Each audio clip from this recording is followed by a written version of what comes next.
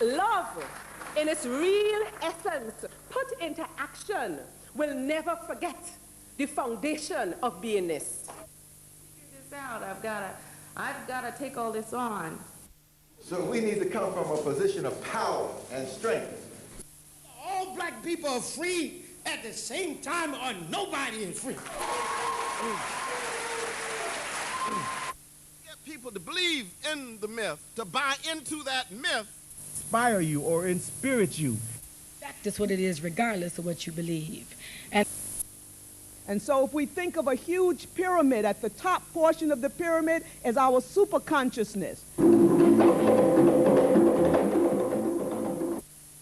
Africa have become and is becoming Ashe. It's the nature of the African. The African is spirit. What and who you attracted subconsciously can now be vigorously pursued. Hail Jehuti, architect of truth. Give me words and power that I may envision the course of events of my life that I must follow. 60 degrees of knowledge, all in all in nothing. When intersected, the alpha becomes the omega. Quickly, that days can be posed against night. Founded Liberia with the intention of Christianizing and westernizing their heathen brothers. There are many religions and many groups of people, and we cannot find ourselves through someone else's path. Y'all go ahead and get this together. I'm going to say some of us lost some melanin. Free your mind so your bad black ass will follow.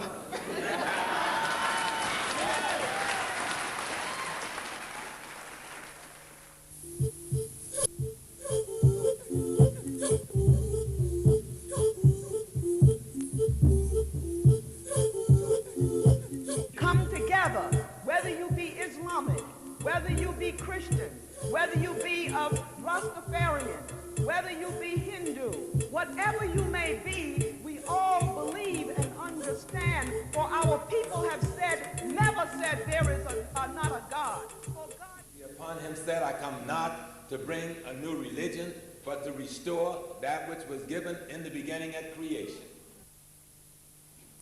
The hallmark of African civilization is a high moral standard. If we look, and if we are consciously looking, we can take anywhere we are, extract, understand it, and utilize it to help our children. We have a cultural issue before us. It is about to embark on the process of transformation. Tell yourselves, African people, transversing eternity, walking among gods, like shuttles flying across the loom through the threads of time.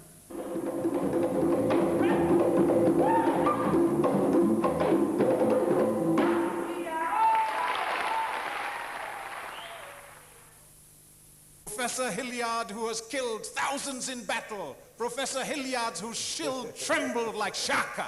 And while I was singing his praises, he'd be able to dance. And the longer his praises, the longer he would be able to dance. In this arena, what we do is we take out paper things. And so, forgive me if it's short, and forgive me if we're doing it through these systems, but these are just some of the praise poems. In Morehouse College, he received the Candle in the Dark Award in Education. In terms of the National Alliance of Black School Educators, he's received the epithet of Distinguished Educator and the Distinguished Educator Award. For the American Evaluation Association, he received the President's Award. In terms of the Republic of Liberia, he received the Presidential Decoration from the Republic as the Knight Commander of the Humane Order of African Redemption. In terms of New York Society of Clinical Psychologists, Martin Luther King Jr. Award for Outstanding Research, Scholarly Achievement, and Humanitarian Service Award. in terms of National Association of Black Psychologists Outstanding Scholarship Award, Association of Teacher Educators Distinguished Leadership Award. Yeah, on the balls of our feet to get the brother in to talk to us. Bro.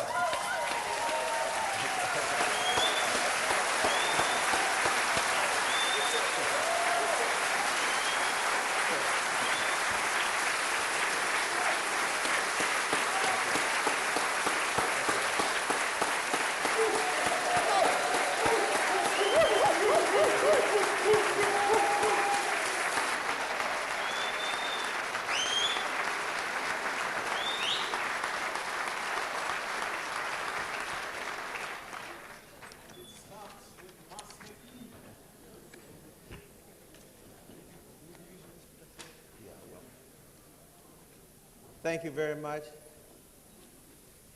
Hotep. Habaragani. Wassalamu alaikum. Yo, what's up?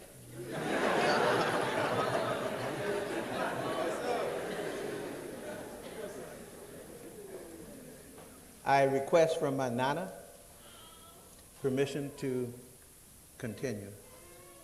Thank you.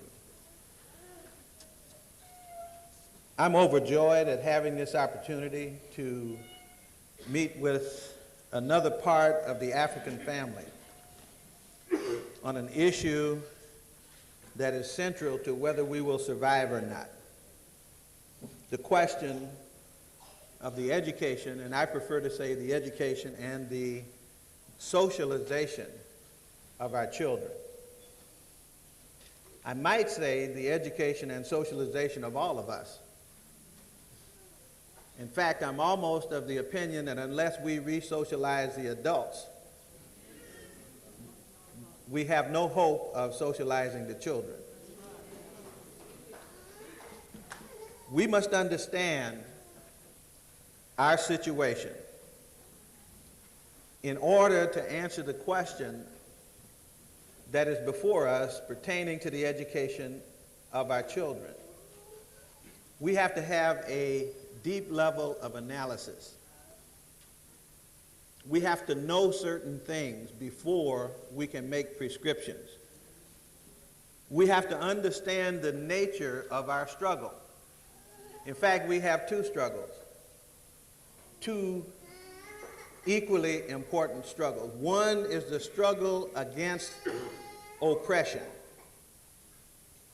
the struggle against hegemony, the struggle against white supremacy. But that is only one part of our struggle. The other struggle is that we have to struggle to know ourselves again.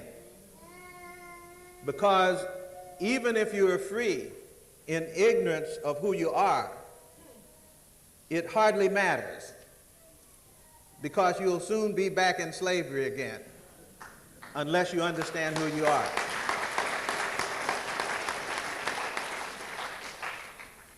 If you've been listening to some of the international media, there's a term that has been made popular by certain right-wing forces called culture wars. You ought to pay close attention to that in trying to understand the nature of the struggle. For all these years, we've heard that it was a war between the capitalists and the communists. Now they say that's not the war. That was just a little squabble between cousins. They talked about the struggle between the rich and the poor, the class war. Now they say, well, that was a war, and it still goes on, but that's not the main war. That the main war is a culture war. This is not a war that African people declared. It's a war that was declared on African people. And it's a war that's about 2,000 years old, at least, if we follow Aikwe Amar. There are a couple of books that I would ask you to read, because I don't have time to talk about them, in order to understand that those terms are not innocent terms.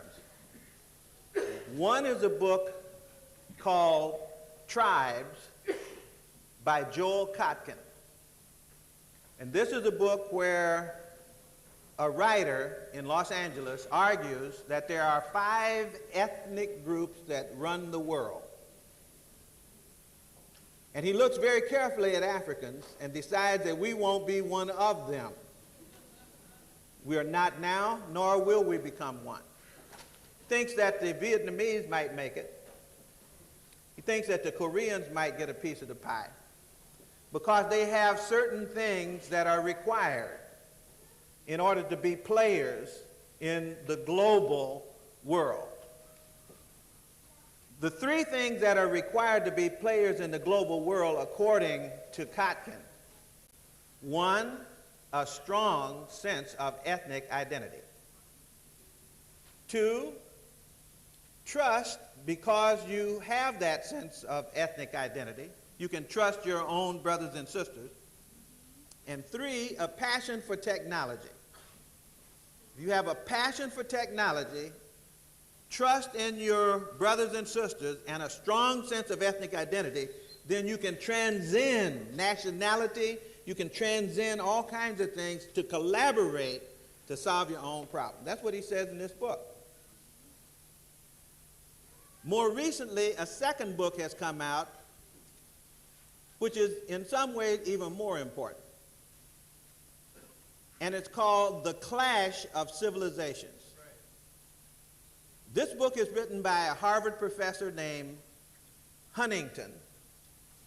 And Huntington's book is endorsed by no less than Henry Kissinger and Zbigniew Brzezinski. They're the back notes on the cover of the book. Now, he doesn't have 5 groups. He has only 3. But he makes the same argument that Kotkin makes. And Kissinger says that this book is talking about the real world the way it is. This is what's really going on in the world. He too says that the war is not between economic systems and religious systems and so forth. The war is whether or not certain groups will survive.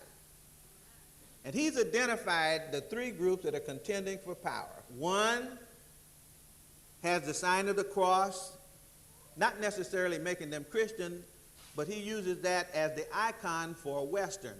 That's on the front cover of his book. He's got 3 icons. And number 2, he uses the crescent and the star, which is the Muslim world. And then number 3, he uses the yin and the yang, and that's the Asian world. And then, strangely enough, there is a blank corner on the cover of his book. Only 3 corners are covered, 3 groups that are contending. And in this book, the reason it's important is that all kinds of confessions are made. Yes, we went all over the world as Europeans trying to make everybody Western.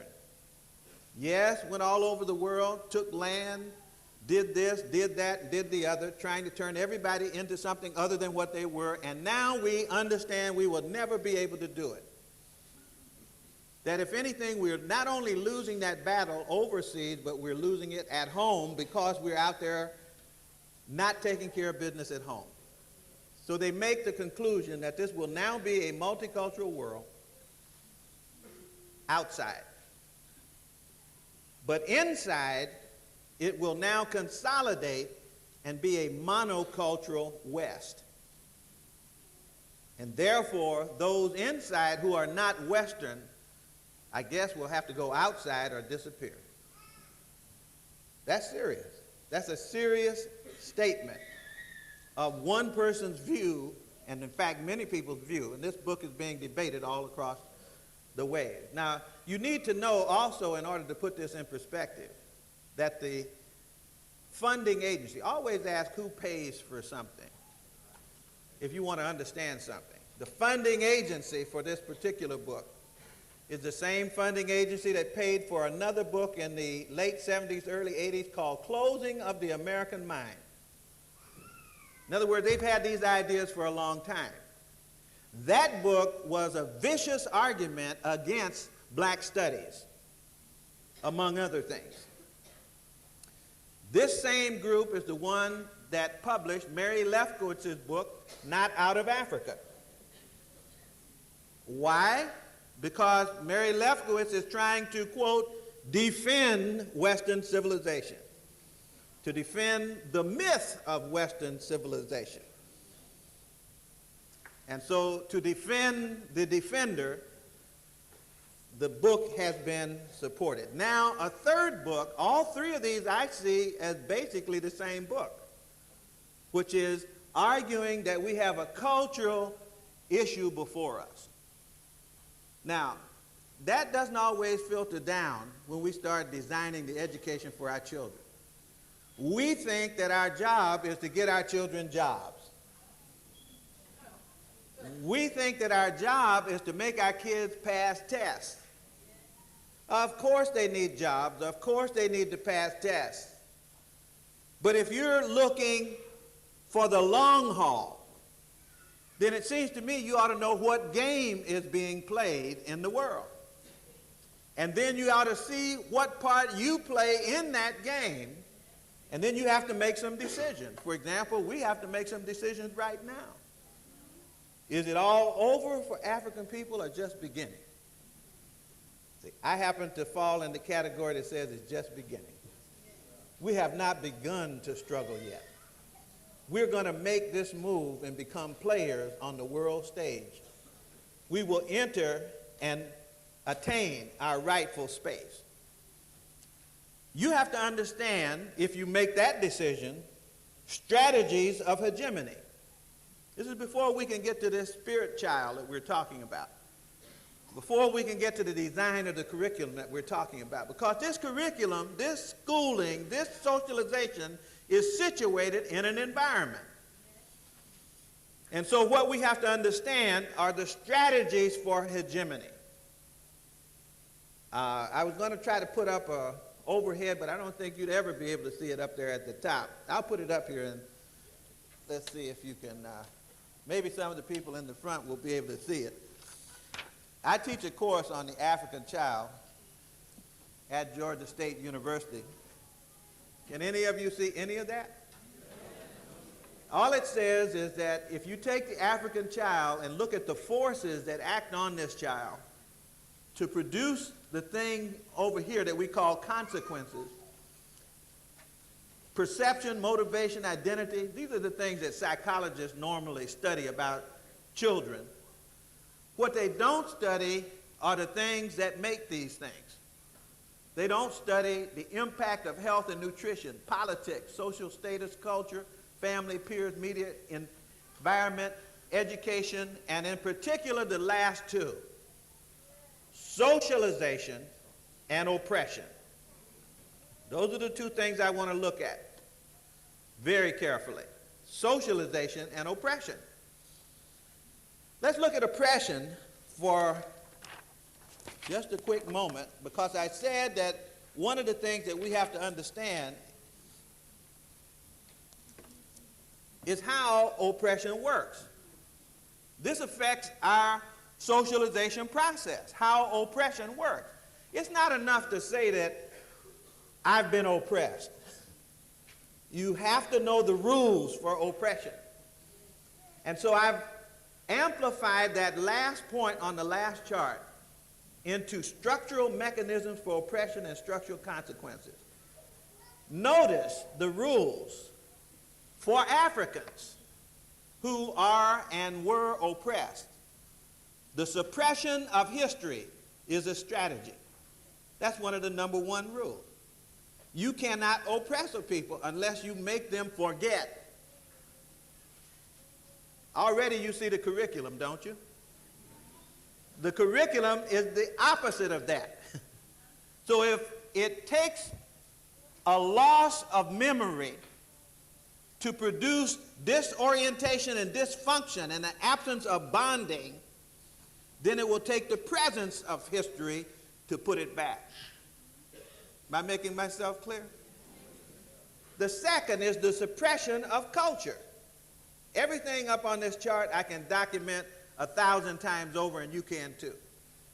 I'm just trying to clarify it in language so we can manipulate things with that language. The suppression of culture. Heard about the missionaries stop people from dances, stop those drums from drumming. Stop those Africans from speaking their languages, not just remembering, but stop the practice of a way of life. Why? Because they understood then, just as Huntington understands now, that culture is at the base of whether you succeed or whether you fail. The suppression of group identity. If you notice the manipulation of the identity of the African, I don't know when you lost the term African, but we had it in the United States until the late 1800s. Everything there was African.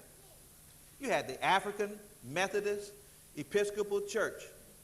The Masons had the African Lodge. New York had the African Free School. The people called themselves Africans.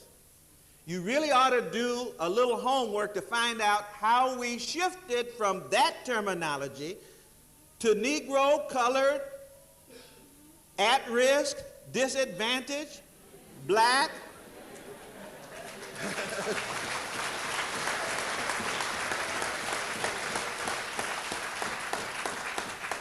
You know and I know that if you answer to anything other than your real name, you will be taken out of the course of history and off the map of human progress.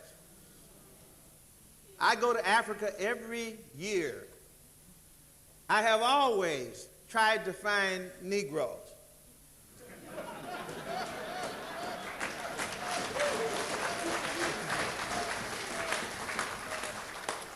And colored, and at-risk people. I've been interested in the origin of Negro colored at risk. And people say, well, I know some Igbos, I know some Zulus, Ashanti, Kikuyu, Grebo, but I don't know any Negroes.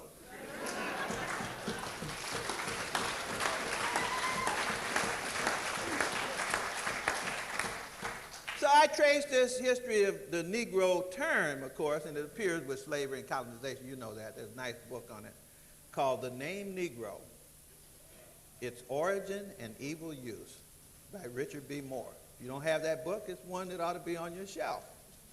So that we have the homework on the name.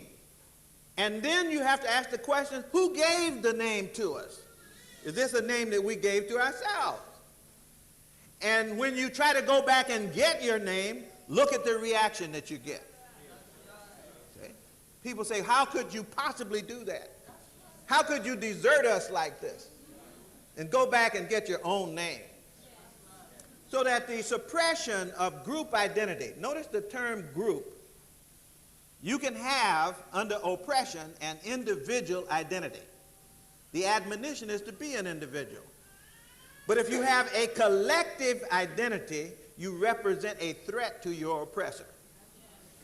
And so the rule of oppression is to destroy any sense of group membership, any sense of ethnicity.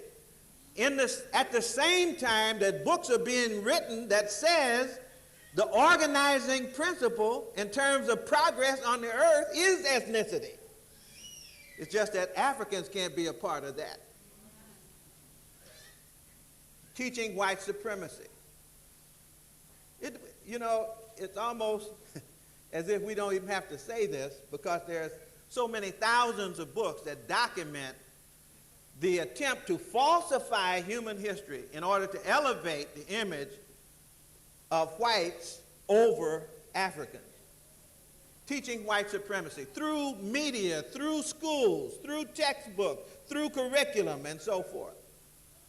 This is the rule of oppression. This is the only way you can destroy an African people. The control of the socialization process. That means someone other than the family has the final say on the deepest part of the socialization process. You allow other people to raise your children, they won't be your children. They'll be their children.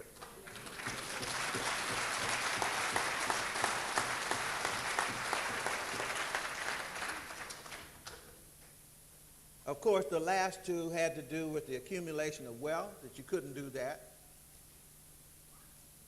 There were 5 psychologists in San Francisco that I was one of them. We had a consulting firm one time, and we were able to get all kinds of money from our consulting firm. We never took a penny out.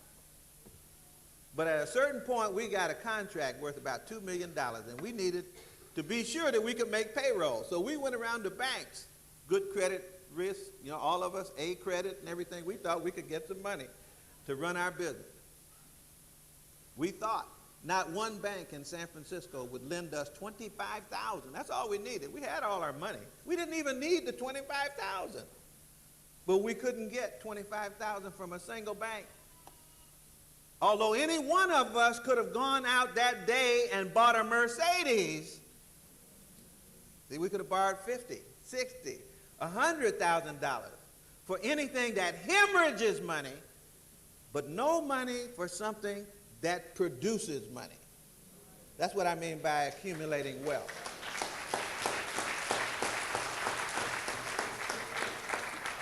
And then segregation. Those were the 7 rules that attempted to destroy us as a people. Those are the same 7 rules that continue to be employed. They've never stopped.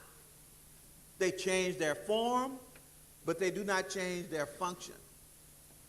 Now, if you operate like this, eventually you will make a whole society crazy, including the oppressor.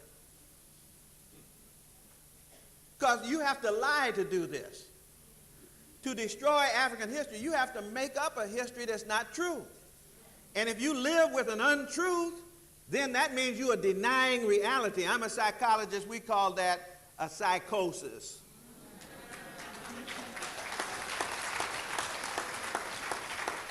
Projection of blame, that's a psychosis. Projection, that's a neurotic symptom. Delusions of grandeur, where you think you're superior to somebody because you lack pigment.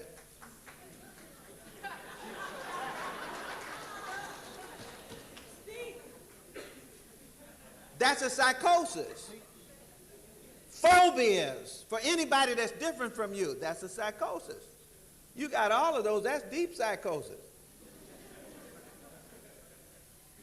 As I say, the oppressor and the oppressed. I'm trying to say what the nature of the struggle is before we get into the part, before we can say anything about curriculum, before we can say something about method, before we can say something about content, we have to understand what kind of problem we're working with. So one of the problems that we're working with is to undo this mess that people have put us in. We came off the continent to all parts of diaspora carrying a culture, a full cultural tradition with us. And I might add an excellence cultural tradition, and when it comes to education, the baddest cultural tradition in the whole history of mankind.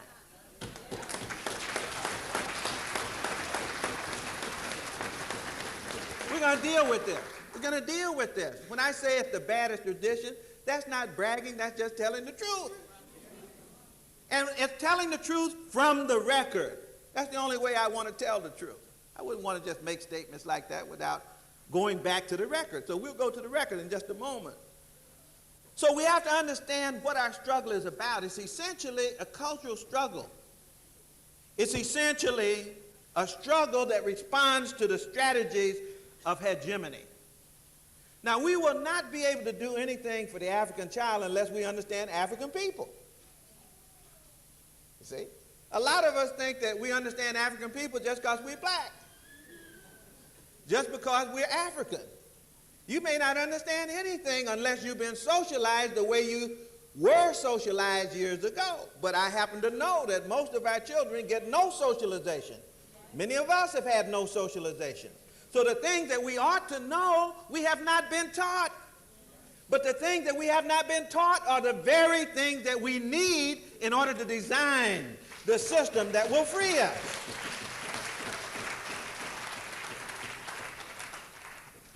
Listen to this.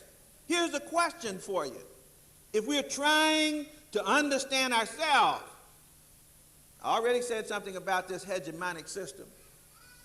But we're trying to understand ourselves now. Ask the question, what were Africans doing before they met Europeans? Ask it in any field. Mathematics, science, dance, architecture, religion, philosophy, literature. Is there a recorded history of Africa pre-Europe, non-Europe? Why do I say Europe? Well, because Europe's been our main problem for the last 400 years. I can say the same thing pre-Asia, non-Asia, just so that we won't get stuck on Europe. Because Europeans weren't the first people that came in and messed with us. The Asians were. 1750 before the birth of Christ. That was the invasion of the Hyksos, 150 years of Asian domination. And there were other times where Asians came in, long before the Europeans. So I'm just saying, though, we have gotten to the point where we have no knowledge of ourselves apart from the people who have oppressed us. That's a serious problem. If I ask the question, I always ask this question as an educator. In fact, I tell my students to ask this question no matter what their academic discipline. I had a young lady at Georgia State University is in dance. And she said, you know, I like ballet. And I'm feeling guilty about it. I said, why would you feel guilty about it? She said, because it's not African. I said, well, you don't have to just like African things. You can like anything. I mean, if somebody's got something good, like it. I said, but how do you know it's not African?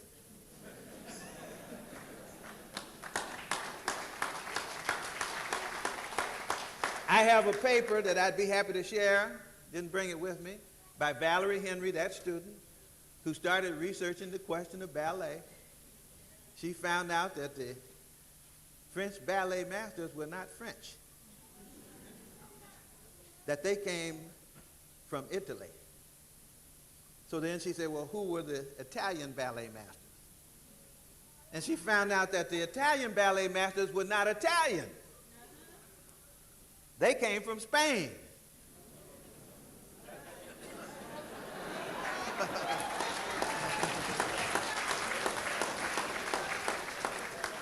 So then she said, well, who were the Spanish ballet masters? She found out they weren't Spanish, they were Moors.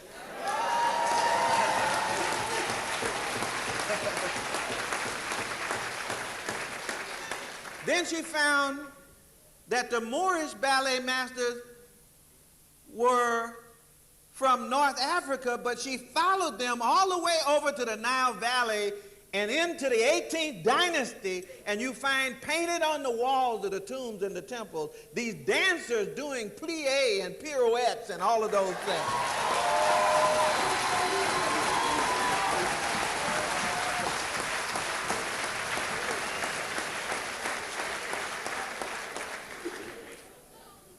I spoke at Georgetown on the African origin of the law, to the law school there. Two young brothers picked up the challenge after I did my little lecture. I thought I was doing a pretty good job until the brother came back to me about a year later with a book that he'd written on the African origin of the law. See? They've been telling him that Hammurabi started it all. Hammurabi is too late for law if you know anything about the Nile Valley.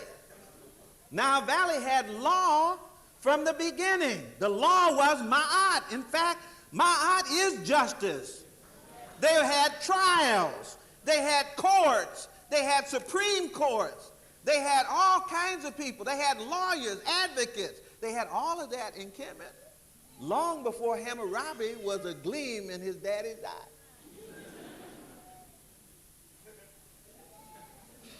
I had a young sister at the University of South Carolina in drama.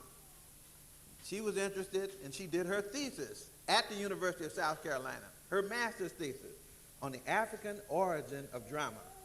Because she picked up the books, and all drama began in Greece. Well, if you know anything about Greece, this is why you have to know chronology. It couldn't have all begun in Greece, because Greece doesn't even begin in the record until the Homeric period, right? You're talking about maybe 1,200 years before, but no records really. The records begin with Homer. around 850 or so. That's when he begins to write about the Iliad and the Odyssey and all of that. And so if that's when drama begins, then we got a real problem, because there is a drama of Isis, Osiris, and Heru. Every year around Easter time, they celebrate the death, birth, and resurrection of Asa, and had been doing it since 1,000 years before there was a Greece. That's drama. Sister was working with her professor, and the professor started getting so interested. He used to spend about 30 minutes with a student.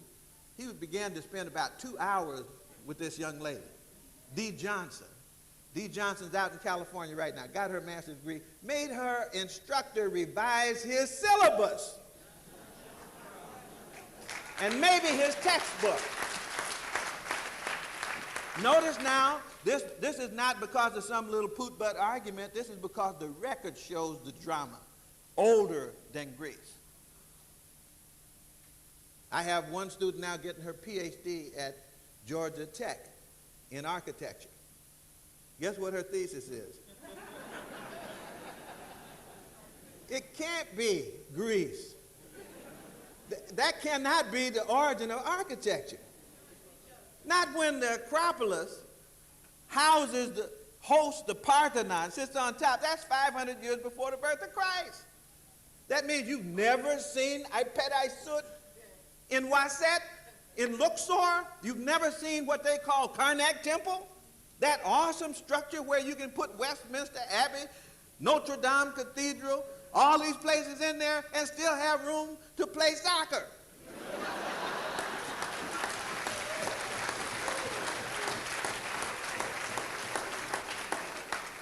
This is the kind of idiocy that you get when you try to lie about history and claim an origin for something that you did not invent. It doesn't make anybody better. It doesn't make Africans better than anybody else just because it happened in the Nile Valley earlier. But somebody's trying to make us worse based on a lie that they told about when they started something that existed before their mothers and grandfathers even existed. So what I'm saying is there has to be a question about the pre-Europe, non-Europe education and socialization of Africans. That's what I'm getting to. That's what I'm working up to.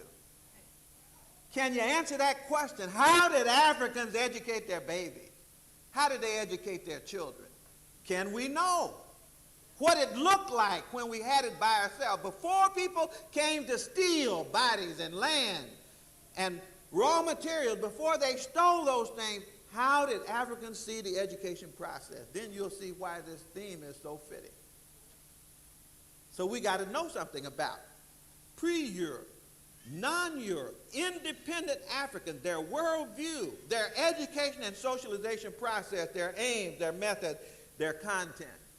Right away, before I say something about that, I got to tell you that most of the time when we begin to try to deal with education and socialization, we have a language problem. Your language problem is that you speak English. And the second problem in speaking English is that you also use the assumptions that come not only with English, but also with the current fad in education. The current fad in education, most of the world, is tied to one that started in the late 60s, actually the late 50s, early 60s. A man at the University of Chicago named Bloom and a man named Krathwohl wrote a book called A Taxonomy of Educational Objectives. Anyone ever heard that? If you haven't heard that, you heard this.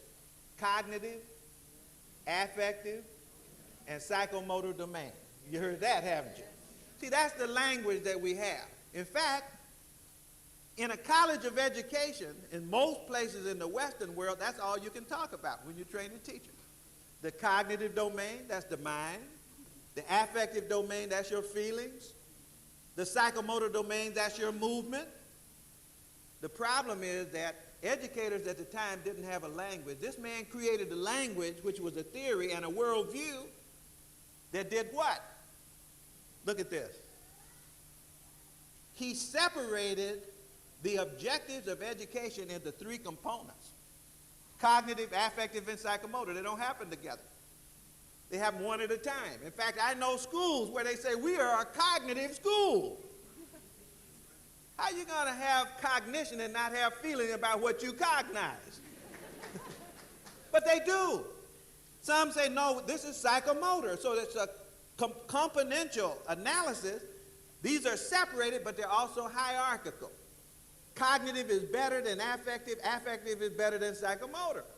That's the way, if you start using that language to talk about African children, you're defeated already. You know why? There's a domain missing. Can you see it? Just as soon as I said it, you knew exactly what domain is missing. The spiritual is not there. You can't solve our problem using cognitive, affective, and psychomotor. In the African worldview, anywhere on the continent of Africa, and I can use that term, the African worldview, because there's no Africans on the continent that don't include a spiritual aim in their educational process. So that cognitive, your thinking, your feeling, and your skills feed the spiritual. In fact, that's the purpose of your educational system, is spiritual. So now I got a problem. I'm trying to raise an African child. In fact, I raised 4 of them. Now I'm trying to raise African grandchildren. And I want to raise a head, a heart. What is it I want to raise? I want to raise a whole human being.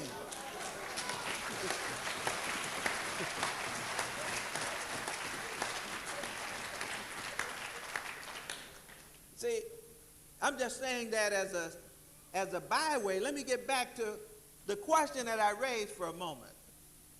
Can we say that African people thought about education? See, if I get the kind of language that they used on us, you heard it, haven't you? Sure you did.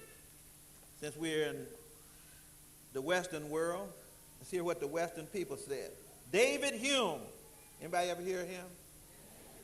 I'm apt to suspect that Negroes and in general all other species of men are naturally inferior to the whites. There was never a civilized nation of any complexion other than white, nor even an individual eminent either in action or speculation, no ingenious manufacturers among them. They had no arts and they had no science. That's one of the great philosophers around here, isn't it?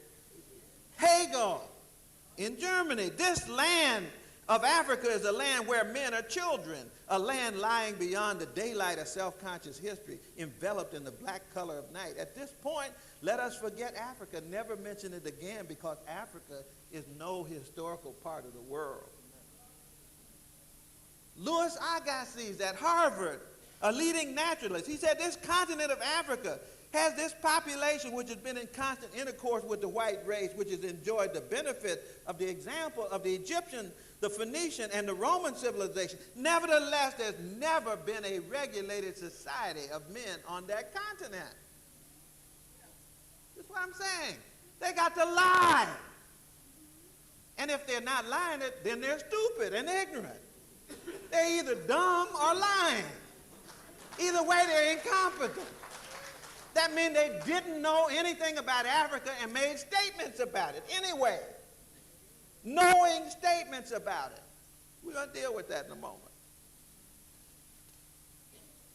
I'm going to let those go because all that does is add to the record. I could go on. How long could I keep reading quotes like that? For the next year.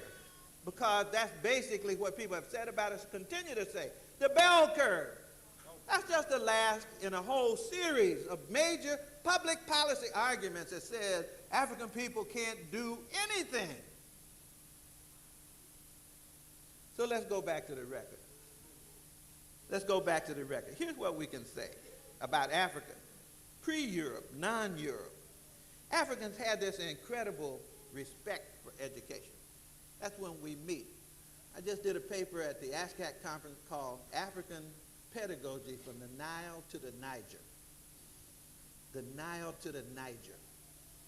That means you can find fundamentally the same profound system of pedagogy from the Nile to the Niger before Europe even existed as a concept in anybody's mind.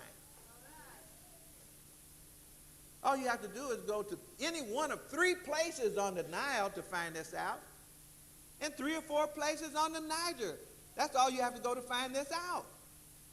You could go to Kemet, and what are you going to find in Kemet? You're going to find an educational system that's the model for the system that other people took up in the rest of the world. You'll find people who had the profound and deepest respect for Medu, the Word. Remember the Bible says, in the beginning was the Word, and the Word was God. That's exactly what the Kamites said before the Bible was ever written. It's in the text, Medu, Neter. That means God's Word. And that was in the beginning, Medu Neter. And Medu Nefer, Medu, beautiful word, that's what you do in order to understand Medu Neter, the divine word. This is the aim. Look, this is that spiritual aim of the African. As soon as we find that African appearing in human history, you find a description of a divine system of education that had as its outcome spirituality. Hehe Jeddah. Hehe is forever in time, and Jeddah, forever in space. Spirituality forever, always, everywhere you can see, as long as you can imagine. What does it take to build an education and socialization process for Hehe Jeddah? Think about it for a moment. This is a little different than trying to get a job at IBM. It's okay to have a job at IBM. But African education wasn't about jobs. It was jobs plus. And what do we find? We find if I go to the text of the oldest book in the world, you'll get some sense of what this looks like. How many people know what the oldest book in the world is? Here it is. Not this one. It's a copy of it. Obviously, this is not the oldest book in the world. But what's in it is a copy of the oldest text in the world. How many know the teachings of Ptah-hotep? This is what you should know. So let me just read Africa.